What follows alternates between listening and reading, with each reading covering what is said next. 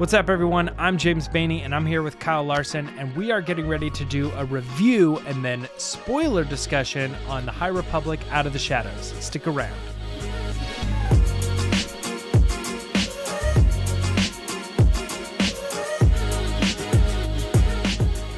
All right, back yet again to do another big surprise, a High Republic book. These just keep coming and keep coming and keep coming. How are you, Kyle? What's been up with you? I'm good. I'm really good. Just moved into a new place. Got my Mandalorian banner proudly displayed. Nice. And yeah, we're excited to talk about some more High Republic stories. So how are you doing? Yeah, that's the thing. If it's not Alphabet Squadron or a Thrawn book, it's probably High Republic, and that's most likely what we're doing. Right. No, I've been good, and this was a long one. We'll get into more details here in a second, but just so that you guys know, this is a non-spoiler review to start with, and we will tell you guys when we're getting ready to get into the spoilers, so you can watch this and fear not that something's going to get ruined. We're here to review it. We're here to talk a little bit about our thoughts and our score, but then we're going to get into the spoilers, so that stuff will happen later. So if you've read the book, you can hang out afterwards, but for now, it's just a review. Couple things just to get started. I want to read some of these book stats real quick. The High Republic Out of the Shadows was released July 27th in 2021. It was written by Justina Ireland and read by Kaylor Lee. It was published by Disney and Lucasfilm Press, and the timeline for this book is just as you'd expect, a few months after the Rising Storm and Race to Crash Point Tower. So it's basically just the next logical step in this long line of High Republic books that we've been getting. Every once in a while, they'll drop two books that kind of happen at the same time, or a few more, the like young readers or whatever. But this is another kind of mainline story that just happens after all the rest. To get started, let's talk about our initial thoughts on the book and our score. I'm going to let you go first. What were your thoughts and score for the book? Non-spoiler. Non-spoiler. So initial thoughts, I really enjoyed this book. I really like Justina Ireland's writing anyway, but I'm excited that she got to revisit characters that she's introduced and watch them a couple of them kind of grow, and then also introduce these really cool new characters like Silvestri and Jordana, and even the Graf family. I don't really like them, but I'm interested in them. So I thought it was really, really good. I think we've talked about this offline. It could have been about 50 pages shorter, I think, but I still really enjoyed, and I gave it a 8.5, which is a pretty high score for me. So if I probably would have scored it higher if it was a little more condensed, a little more streamlined, but I still, I'm all for giving Justina Ireland plenty of runway. So what do you think? So absolutely agree with that. I think that was one of my biggest takeaways, that it felt too long, and we had to talk, like he was saying, we talked a little bit about this off air. We were comparing all the lengths of the book and actually found that a lot of the books are all very similar in length. In some cases, like 2 pages, and in other cases, 3 pages difference. But this is a young adult book, and it's one of the longest High Republic books they've released right after Into the Dark. And that, for me, is going to be my for fans of when we get there. It's like, this book obviously reads a lot like Into the Dark, and it just is now realized. I just realized too, I should have known this. That's the same author. In my head, I'm not thinking about the authors. I'm just thinking of them as stories. And I was like, oh, this clearly feels like Into the Dark. And that was because Justina Ireland. Wait, no. Claudia Gray wrote Into the Dark. Sorry. Claudia Gray wrote Into the Dark. Yeah. Okay. Yeah. So then I don't even know what I'm talking about. Same genre-ish? Like, they're both the YA. That's probably it. I guess that's what it is. I mean, I was thinking for a second that it was Justina Ireland who wrote that. And that's why I think, I don't know, maybe just because it felt just the same type of writing or something along those lines, which actually Claudia Gray is known as someone who writes some of the best Star Wars in the current canon or whatever. but maybe that speaks highly of Justine Ireland in this case. She wrote a novel that was on par with that. Yeah. That all being said, I didn't care much for this novel. I gave it a 6.5, which my scale tends to be a little bit lower than yours, but I think we're kind of on the same page usually.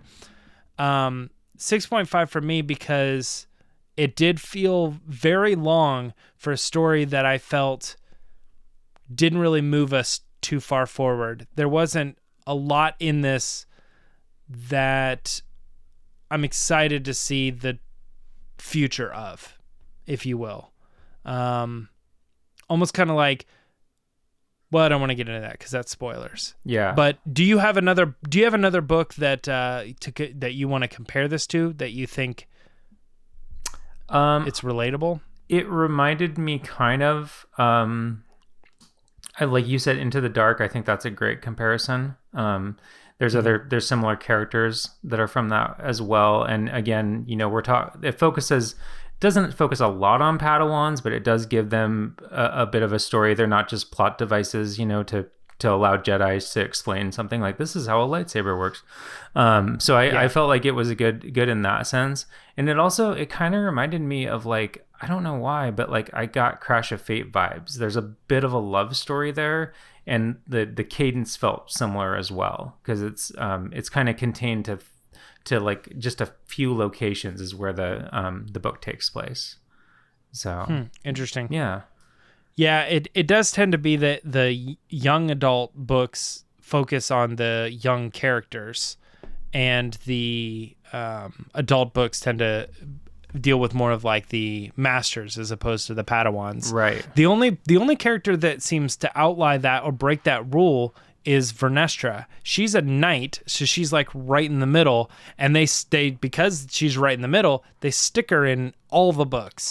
And I'm starting to more look at the High Republic as her story more than anybody else's. Because when we first started this journey of reading Light of the Jedi, I took the High Republic's main character as Avar Kriss, like she's the Luke Skywalker, and then you had a couple other characters who were her friends and her counterparts and stuff like that. Those characters were more like the Han and Leia, right? And that was the trio. No. Vernestra to me is like in everything. She's in the comics, she's in the young adults, she's in the middle grade readers, she's in the adult novels. She's everywhere. So I'm starting to connect with her more than any other character in the High Republic. And when she shows up, there's always something new with her character. Right. I'm always learning something new and looking forward to the next thing. So she seems to be the through line of the High Republic. I think that's a pretty good initial thoughts and score. You said 8.5. I said 6.5. And you guys can look at our scales on other videos to see like kind of what we compare there. But let's go ahead and do spoilers now. Let's get into the discussion for this book. So you've been warned, spoilers from this point on. Let's talk about it. I don't know. What do you think? What do you think about that? Do you think Vernestra being the new through line? Do you think she? I personally feel like she continues to grow in every segment of the book. I learned something about her, and they hint towards where we're going. Always with this particular character. What are your thoughts on Vernestra? I think that's absolutely fair, and I agree with you. And I because I think the way that they're releasing this, I'm assuming there's going to be time gaps because we're in phase 1 or wave 1, and we're in like part 2 of phase 1 here, and we still have one. We still have one more to go. And I'm assuming that there's going to be time gaps between when a major block ends and another one begins. And so we're meeting all these characters. We're meeting Vernestra when she's especially young. She's 17 years old, along with these other characters. And I'm assuming that when we meet her again after these stories, she'll be older, and maybe she'll be a little higher up in the Jedi Order. And they're definitely planting some seeds with this story with her, because by the end of it, I mean, I guess we can say it because we're talking spoilers now. She makes a pretty I don't know. I don't want to say dubious because I think the best of the character, but she gets some pretty massive information from Mari Santeka and decides at the last minute, like, I'm not really gonna share that with the Jedi. I'm just gonna keep that to myself. And that made me raise an eyebrow. Like, what is she, like, does she not trust the Jedi? It doesn't really explain. She just feels compelled by the Force to not talk about what she experienced or what she saw. And so she kind of like tucks that away for the future. So I definitely think there's big plans for Vernestra. I agree with you there. She's definitely the most exciting part of the book for me. And I don't even think she's the main character. Like you said, with that stuff at the end, it's a little Force mumbo jumbo, confusing, kind of what happened. There was a little bit of a Force bond between her and Mary, and some of that made me even think that Mary was giving her abilities and powers to Vern. Yeah. In the sense that, Vernestra has had these abilities where she sees these visions and it has to do with hyperspace, and she's always had them. And now she was almost chosen by Mary. I have a special gift for you. And she gives them to her. And they say it is the path. But when I think of Mary and how she uses and how she discovers paths, I think of her in the sense of a Skywalker that they talk about in Thrawn, where she can kind of see it, vision it, move through the hyperspace and stuff. So if Vern has this path now, I don't think it's just a location. I think it's an ability to get there using the Force. So I think there's more to that. All of that intrigues me about Vernestra Rwoh, and I continue to like her, and that for me makes her grow as one of my favorite characters. But the actual main character to this book is probably Sylvester Yarrow, and I feel like if she never showed up again, I'd be okay with that. Oh, really? I felt totally opposite to that. Exactly. I knew you had said that you were super stoked on Sylvester. To me, I didn't like how she was two characters. She seemed like she didn't trust anybody, and she was real shorthanded with everybody in all of these cases, yet they were trying to write this love story, and whenever she's like involved with that person, it's weird, except when they're all having a conversation together, she mentally strikes down at Jordana, and then they give you her internal dialogue, and she's like, but I really love her. And I'm like, I can't get a grasp on what you really think because you're being a jerk outwardly, and then you're just saying in your head like all these really nice conscious thoughts. And by the end of the book, when they get back together, I'm like, I felt like that relationship was not working the whole book. And I don't understand why they were trying to make it happen when they'd already clearly gone through, I don't know. It just didn't seem like it was working to me, but the author was forcing it to happen. And because the words were written there that it was working, but it didn't feel right. And I could never wrap my head around what kind of a character Sylvester is even supposed to be. Especially since they're trying to loop a whole story in with her mom and abandonment and all sorts of different angles, that it's like she has 5 underlying stories and it's supposed to be this character. And I'm like, there's too much going on. And at the end of the time, I can't understand really any of it or feel at terms with any of it. So I'm okay with just give me another character. I don't see how this character ties in with the bigger story other than it's her mom. Her mom is more interesting to me. How did her mom get in the place? I would rather hear the story of her mom and where her mom goes from here than Sylvester having to deal with and, mentally overcome some of those issues with her mom. I'd rather hear Chansey's story. But tell me, from your perspective, you might actually sway me a little bit. What's your take on Silvestri, and in turn, then Jordana?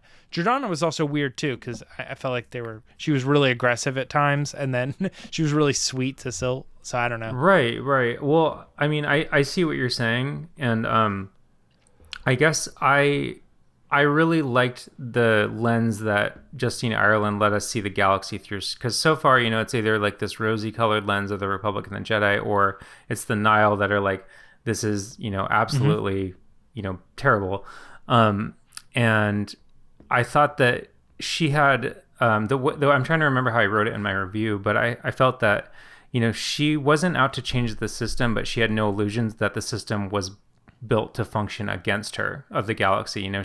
She's always kind of down and out. She can't get ahead the way that, she definitely like feels like she's just not able to like get forward no matter how hard she tries. So she has this, skepticism about the galaxy. It's not necessarily cynicism, but that's why like I always kind of, there was a little salt in everything that she would say, like she didn't think the Jedi were bad, but she didn't trust them. And she didn't trust them because her life experiences, she's always been kind of on the fringe of the galaxy. And she's watched, different systems and different, people kind of slip through the outreach that the Jedi and the Republic are trying to do. And she's like, you all are doing good stuff, but you could do a lot more.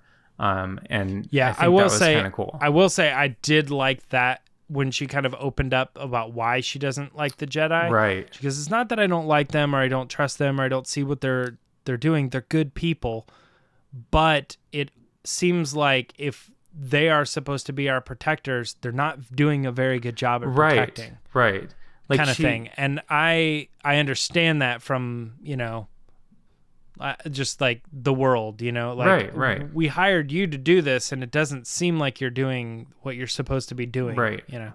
And she has this, it's not cynicism, but she's skeptical of anyone who like declares that I'm all good.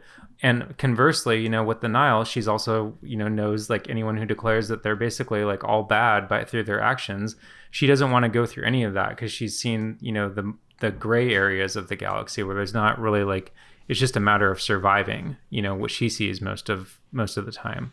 So I like that. And I also liked how she and Jordana were both kind of beholden to their family names in a way. Like Silvestri spent her entire life being dropped off to these random people and being trained to do, whatever her mom wants her to do. Basically, her mom's turning into her weapon.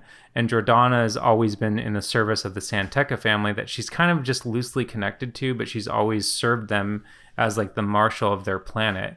And so I thought that, they shared this common bond that they both wanted to break free of that and have their own agency and build their own lives for themselves, So that's why I really enjoyed like these, the interactions. And I know what you're saying too, like some of it was kind of cheesy, like, like, I hate you, but I love you, like that kind of thing. There was a lot of that.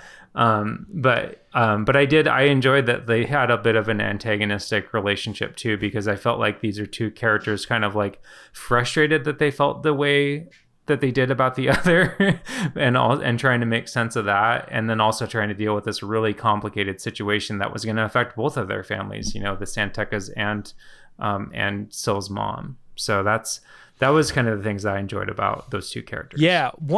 One thing about Sil that kind of bothered me is it did allude that her mom was kind of dropping her off to work with Lorna D and train her and all the stuff. Like she was almost brought in, or she was being raised to become kind of like a weapon or very capable. But the Sil we see, I never felt was very capable. I felt like she could protect herself, but I didn't feel like she excelled in anything. She wasn't a great pilot. She wasn't a great business person. She wasn't a great like fighter, like hand combat or with the sword or anything. It almost felt like she felt to me like a very average person who was being brought into a group of people who were all extraordinarily not average. Xylon Graf, very famous, very wealthy, not average, Right. A bunch of Jedi, very powerful, wise, led to be one thing, have certain beliefs and all this. Very not average. Even Jordana is supposed to be average, but she's a marshal. She had a lot of like hand-to-hand combat and ability, and in weaponry and things like that. She seemed like at the drop of a dime, she could be very aggressive, and a force to be reckoned with on the battlefield kind of thing. But I never got that from Sil. I always felt like she was just average. She was a normal person being pulled into these extraordinary situations. Well, I mean, to a point, I agree with you. That was kind of why I liked it. Yeah. It was, that she did have these extraordinary abilities, but she'd never really been in a place where she had to use them before. And she didn't, I wouldn't say she got a huge chance. I remember there was a passage where she she takes down a couple Nihil and they're kind of surprised by it. But, But yeah, like I feel like that's kind of the thing, is she's always kind of been held back. She's always kind of been 2 steps behind everybody else. And this is like the story where she's finally like, okay, by the end of it, she's got financial stability. She's got a ship she can go anywhere with, like a really good ship. She found, her partner, she found her lover and that kind of thing. Yeah. So the ship thing was weird to me too, because she always seemed to make weird decisions through the book. And I felt like, especially there at the end, she's offered this ship. Oh, that's not my ship. It's this other ship. And it was gifted to you by what we have now determined to be a shady villain of the story. But she takes the ship. And I'm like, I probably would not take that ship, or I would take it and immediately sell it or get rid of it. But she doesn't seem like that's an issue. I'm like, you don't think they're tracking you? You don't think they have microphones? They're spying on you? Yeah. All this stuff. You just think you're going to be okay in that ship. And this is a decision that was made after multiple times of being betrayed or misled by this person. And it wasn't even like, oh, maybe he didn't realize. He literally left a note that was like, I'm true to my word. And I'm like, no, you're not. Like a Lannister pays Why his are you debts taking type this thing. ship? Right. It felt like the end of Guardians of the Galaxy, where it's like, hey, you did a good thing. Here's a replacement ship. Right. It's like, the Milano 2, if you will, or whatever, which I know he renames. But the point being, like, that was a trustworthy group of people that was replacing his ship for him. So he was like, cool, I got a new ship out of it. That's great. This ship was weird. And again, not to harken back on that, but that to me is like where this journey ended with her. I don't know that she's gained much knowledge. She knows her mom is alive, but she's also decided to just pretend that isn't her mom, or that she doesn't care. So it doesn't feel like she's going to make much headway in that direction. She takes back her old partner, which, like I said, didn't seem to really work in the relationship thing. She's still making bad decisions and accepting money and prizes from what we've determined to be the villain. I'm like, I don't know. I don't know that this is a favorite character of mine, but yeah. I understand where you're coming from. No, I understand too. I mean, I guess I just am like, I got a very strong, like, to be continued. Like, we'll see this person again. Mm-hmm. Like, this is her finally just finding her footing and like getting on. But I totally agree. Like, it is a little too convenient that, like, she, like, there's this ship wrapped in a bow, and she's gonna fly off into the sunset. I mean, I wanted a happy ending, but like, I do agree. There's definitely some some holes there with that. So her mom is still alive, and that's why I think that Sil and Jordana are probably going to show back up at some point, because they're somehow connected. Had her mom died, I think they could leave the story and they wouldn't be important again. But the fact that their mom is alive, and they alluded to there's more, and they're working with the Grafs. That's another thing too. Another just tie in there. Like, her mom is working with the Grafs, so obviously it being a Graft ship, that's another connection. Well, it seemed like her mom arranged that in a way. Was like kind of like, I want to make sure she's taken care of, because she still, despite what her mom did, she still loves her and wants her to be safe. And she thought she was going to keep her safe by bringing her into this little scheme, but still kind of wants her to be able to be out in the galaxy, but also keep tabs on her too. So Yeah, there were. Star Wars does tend to do this a lot. Like obviously, we blew up the first Death Star in the first one, and we blew up Starkiller Base in the first one in the new trilogy. But I did kind of feel that we had this really cool or unique weapon, and it was all kind of for nothing. Like right. we spent half the book trying to figure out if it was even real or not, and then it was like, oh, it is real, they were taken there, all right, cool, we'll just call the Jedi in and we'll just blow this thing up, and it's just done. That was it. Maybe that was just the first stage, and because Chancey's alive, they're going to continue to build a bigger device in future books or something, maybe. Right. But it did in this particular novel, it felt to me like a little bit of a letdown. Like I was like, okay, so you blew the whole thing up. What was the point? You know, it led to that, back to that. I felt like I read a really long book where a lot of it felt pointless in a very, I'm trying to be positive there, but it felt meaningless in a lot of ways because a lot of those still kind of ended in a dead end, or at least it ended in the same place that we started. Yeah, I don't know. No, other than Vernestra, I feel like she's grown incredibly more. Right. But right. even Reith and Imri and everybody else, I feel like they're all kind of in the same spot.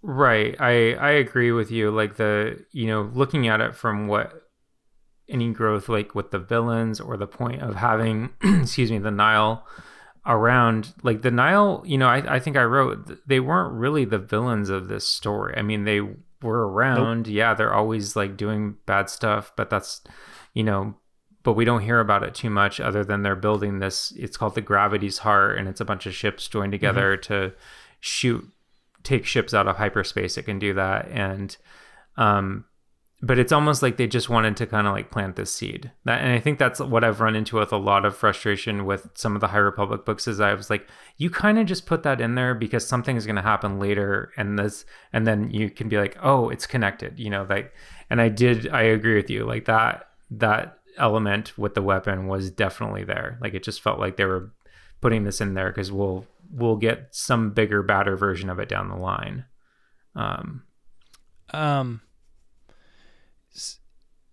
What was I just thinking too about I don't know. I lost my train of thought. Like Sorry the growth of the characters. We were talking about, yeah. Oh no, I'm sorry. It was that the Nihil are not in this book, and they are, but I thought it was strange because when looking for the artwork, the covers, there's 3 covers to this book, and one of them absolutely makes sense. It's Syl and Imri and Vernestra, right? But there's the two other covers are Lorna D and 2 random Nihil, right? And then there's a third cover that's just like the Nihil, like a face of the Nihil on the front, and I'm like, why? They're barely mentioned at all. Lorna has one mention, and she maybe is in one other scene. I can barely remember. She might have been there. I'm not really sure. But why Lorna would be on the cover of this book, even the secondary cover, she's not in this. And the Nihil are barely in it too. And the Jedi are barely in it as well, other than the small group of people. I understand that.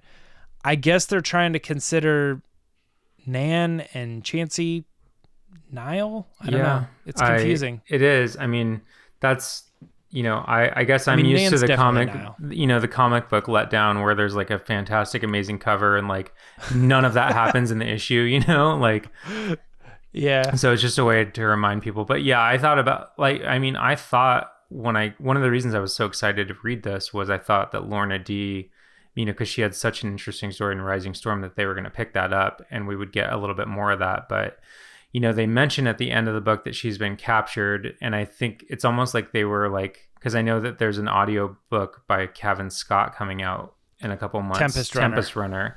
So it's almost like, again, they were just kind of talking about things that we're going to hear are happening coinciding this. Like we're probably going to learn a lot more about that weapon from Lorna D's perspective, and also how she's like, recruiting these wealthy families to be a part of developing this, Nihil technology.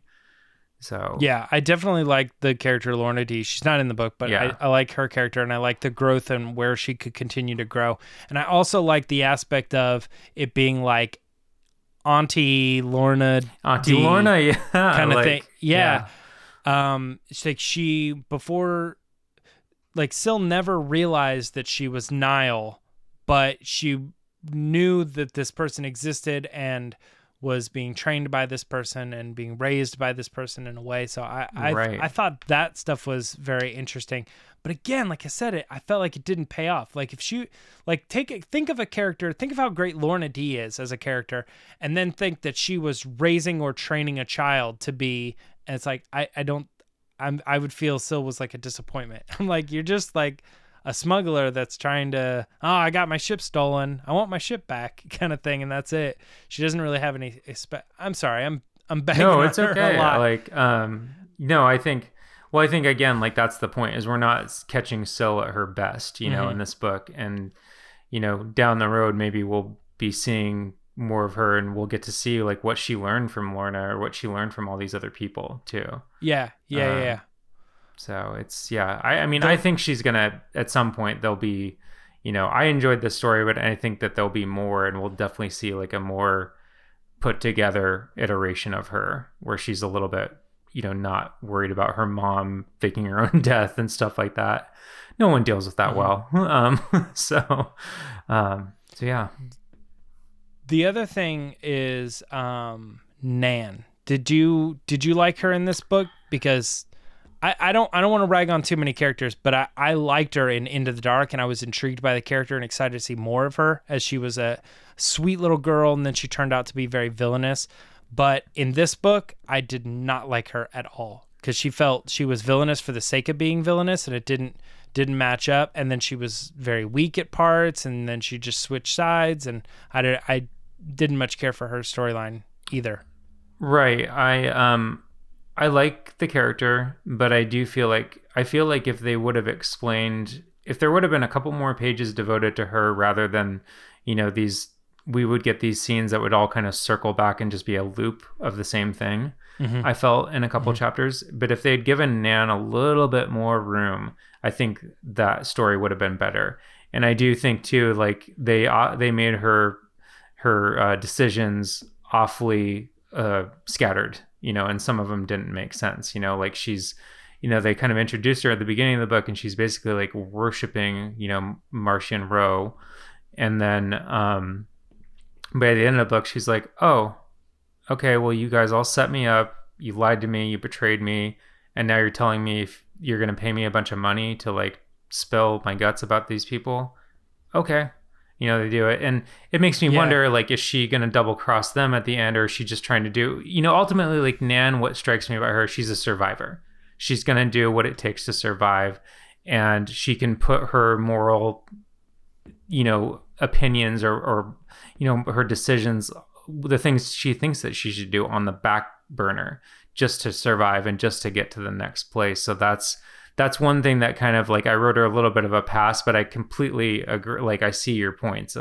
This wasn't, from the character we submitted Into the Dark to this, there wasn't a lot of nuance there. It was all very simple. I actually, one little part that you said there that I disagree with is her putting her moral compass aside. I feel like she does not have one at all. Well, yeah. There's that too. She doesn't seem, there's no part of her character that is intriguing to the sense of like, I don't want to have to kill this person, but I know that if I don't kill this person, they're just going to kill me or kill someone that I care about. So she's surviving by doing what she doesn't want to do, which is a horrible thing. She's written like a character that's like, ooh, all I want to do is kill everybody around me. I want to stab that person and stab this person and stab that person. And I'm like, I didn't get that from her in Into the Dark. I got that she was loyal and she was bad and she would do whatever she wanted or do what she wanted to raise herself up or whatever. But I felt that she was still loyal to the brand of the Nihil and her uncle or grandfather or whoever it was, that those people were important to her and she was fighting for that side against the Jedi. Not in this book. I just felt like she's like a psychopath. Yeah. I mean, I guess with moral compass, I was more thinking of the fact that she's, clearly like kind of obsessed with Marchion Ro, and just, it's not really even about the Nihil. It's more about his approval, because she really like believes whatever he said it, and that she so quickly just kind of like brushes that off, and it's like, all right. But that also makes me think maybe down the line she's doing something right now just to survive, and she's gonna sell these people out to him, or at some point do what she thinks he would want her to do. So, but yeah, I agree. I mean, the character didn't have a lot going for her in this book. Cool. Before we get into our favorite part or favorite thing, is there anything else left that you wanted to talk about? Any points that we hadn't discussed? Although it could just be your favorite part or favorite thing you want to get into. One thing that I think that I noted, and they've kind of hinted at it in Light of the Jedi too, this is about the Santeca family, was there's a passage where Jordana mentions that her uncles are in this thing called the Church of the Force. I'm kind of curious about like what, the Santeca's relationship, because we know later, hundreds of years down the road, the Santecas are helping, with the Jedi, like, the older Santeca, why can't I think of his name right now? Lord Santeca? Lord Santeca went exploring for High Republic relics with Luke Skywalker. We know that from the Kylo Ren comic and stuff. So I'm really, really interested in the Santeca family. I don't need a whole novel devoted to them, but I'm hoping that we learn more about how they have this, they were the early prospectors that mapped out hyperspace lanes and stuff. So I like that this family we're getting to know them a bit more, and I hope that continues. Again, I don't need a whole novel or Wikipedia page, but I like that, a couple more little characters popping up like that would be great. Yeah, so. I agree. Now, the vibe I got from it is, I mean, it's typical to like the McCoys and the Hatfields. Yeah, kind of thing. There you go. Like Lonesome Dove. You have these two, you have these two like rival companies or whatever, and it's, to me, it seemed like the Graffs are the bad guy billionaires and the Santecas are the good guy billionaires. Right. And they have a lot of money, but it looks like their priorities are, or they seem to be in it for the good of humanity. And they're subscribed to the Church of the Force. They're involved with it. They believe that stuff is important.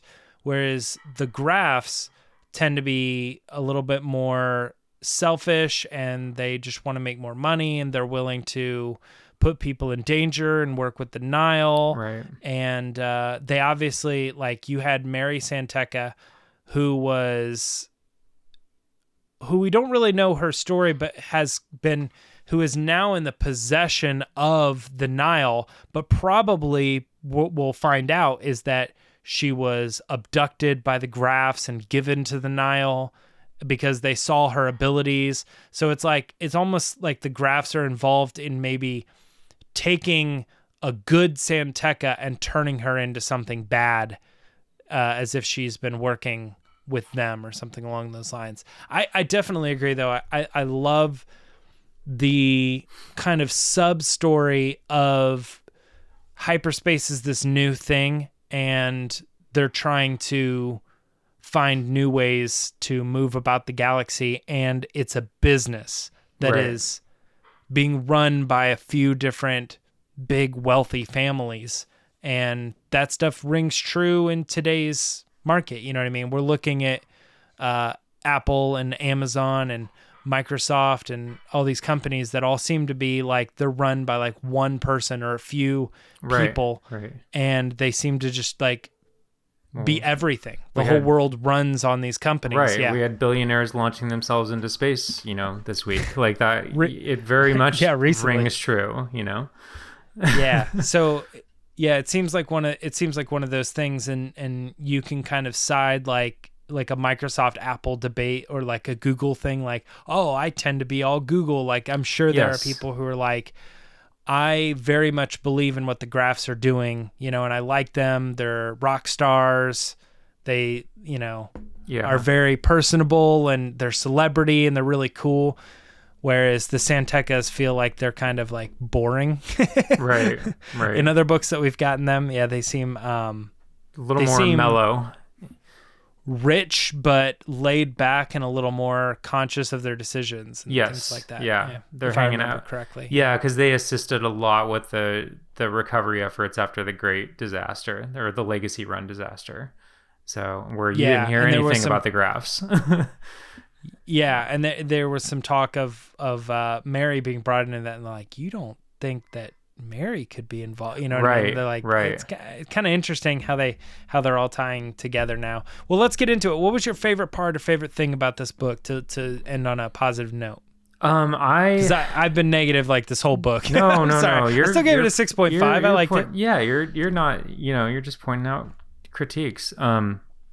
I think my favorite part, it actually is related to Mary, was the final, when Vernestra realizes who she's been talking to and actually gets to kind of see her face to face. And then it's a really short scene, but I thought it was really well written.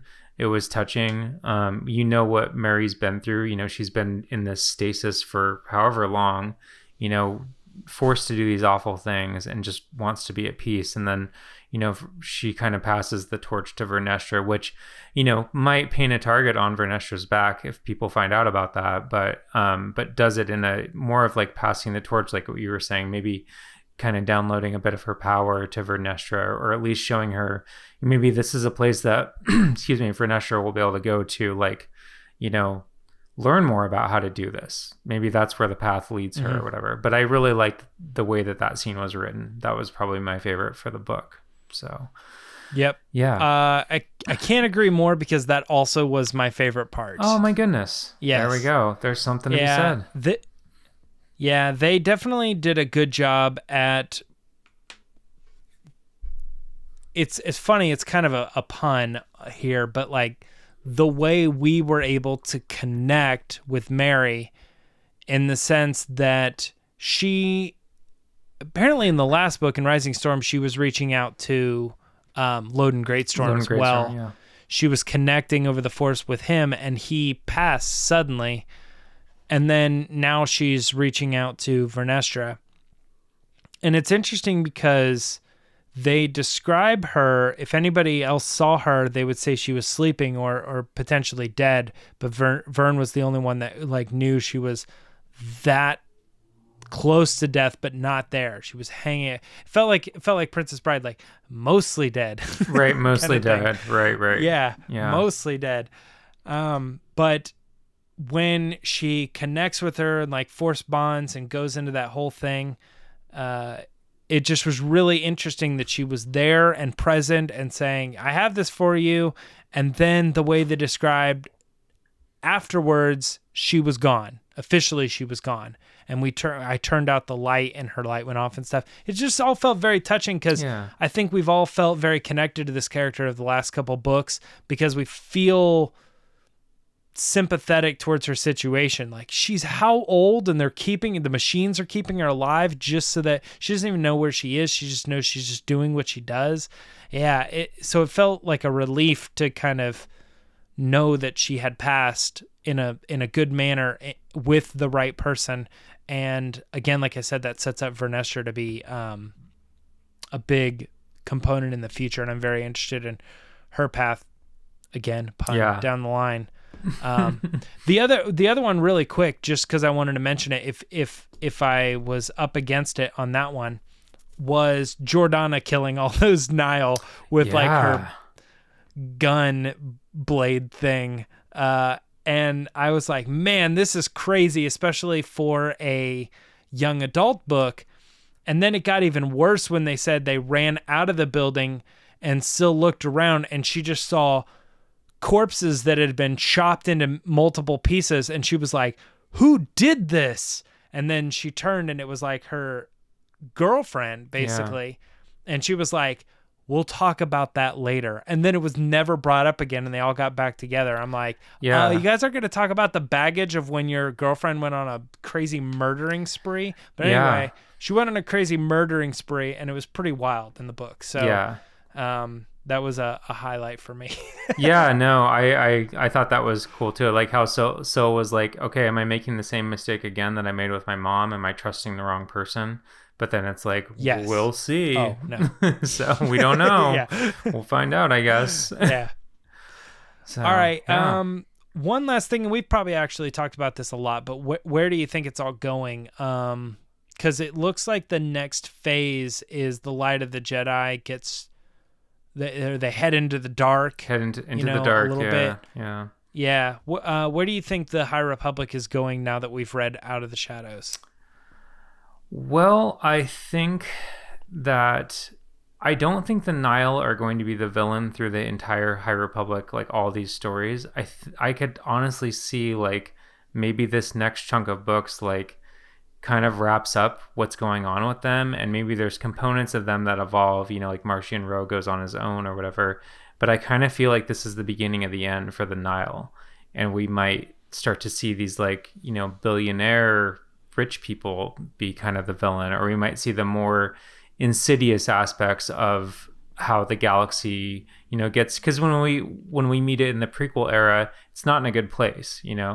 That's already, the political rot is already starting to happen within the government, and maybe we start to see kind of the seeds of that, not full on, but I think that there's going to be a time jump, and I think that the next wave of novels that we're getting, I would bet money that one of them is going to be dedicated solely to Vernestra and Emery and what they're up to, and I could see them learning something from where they go to this path.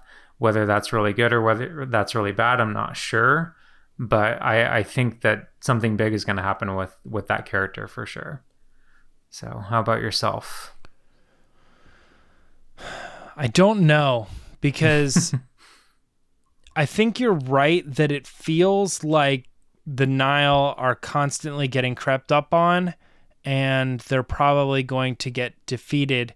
And that kind of clashes with Martian Rowe, I think he's an amazing villain, and I think he will continue on, but you're right that the Nihil seem like they're on their way out, as he can't even seem to keep Tempest Runners. And Right. It seems like his Tempest Runners now are getting their own books, and they have all these plans and plots against him. So I feel like there's a big split going to happen. I wouldn't be surprised if Lorna D takes on at some point. Maybe they do kill Martian Rowe, which would be unfortunate, or maybe he just gets beat down and she takes over as or the redeemed but too. maybe she. Yeah. Oh, that's true. Yeah, that's possible. I guess I just don't know what the High Republic could be up against that would be worse than the Nihil. Like what are we leading to that would be worse than the Nihil? And the only thing I can think is if you were somehow able to convince regular citizens, much like Count Dooku was able to convince regular citizens to try to break away from the High Republic, and you kind of created this new galactic civil war thing where almost, like right now, no normal person sympathizes with the Nihil. It seems like they have their sympathizers, but they're all, I don't know. They're only certain billionaires who are funding them are really the threat there. I would think like as soon as you could convince a large majority of regular galactic citizens to do something crazy, then the Jedi might really have a problem when the Republic itself almost feels betrayed by the Jedi. But that seems like a very clear repeat of the original or of the prequels. So I don't know. The other thing too that I forgot to mention was, in the last chapter where we see the Jedi, they're all basically having a war council and deciding like, okay, is this the point where we become soldiers or do we remain keepers of the peace? So like, I think these next wave of books too, we might see, there's definitely been some seeds planted about some dark side stuff with Jedi, in Rising Storm. Imri was, we saw him kind of like flip for a second too in A Test of Courage. So I wouldn't be surprised if, all the people we know as being on the side of the Jedi and the Republic, if somebody switches, if somebody goes over, or that's the next villain of the next wave, not necessarily Sith, but like, a Jedi who thinks that like they have a way or a better way or something like that. I don't know. I mean, there's so many, we still have so long to go and there's so many possibilities. So I just keep thinking about Acolyte, that's supposed to be the end of this era. And it just seems like there's something dark-sidey about that to me. Yes. So. And every time I think about the ways it could go, I always get stunted a little bit because I don't think they want to repeat what they've done before, especially in the movies. And I always think like, oh, well, maybe the Nihil will get erased or whatever, and we'll move into like the Sith or something. But it's like, we also know that that's not really a possibility because the Jedi never encountered the Sith. They've been hidden away. So even though they're kind of being mentioned and stuff, and they're clearly around at this time, they're never the big bad. Right. It doesn't appear that they are.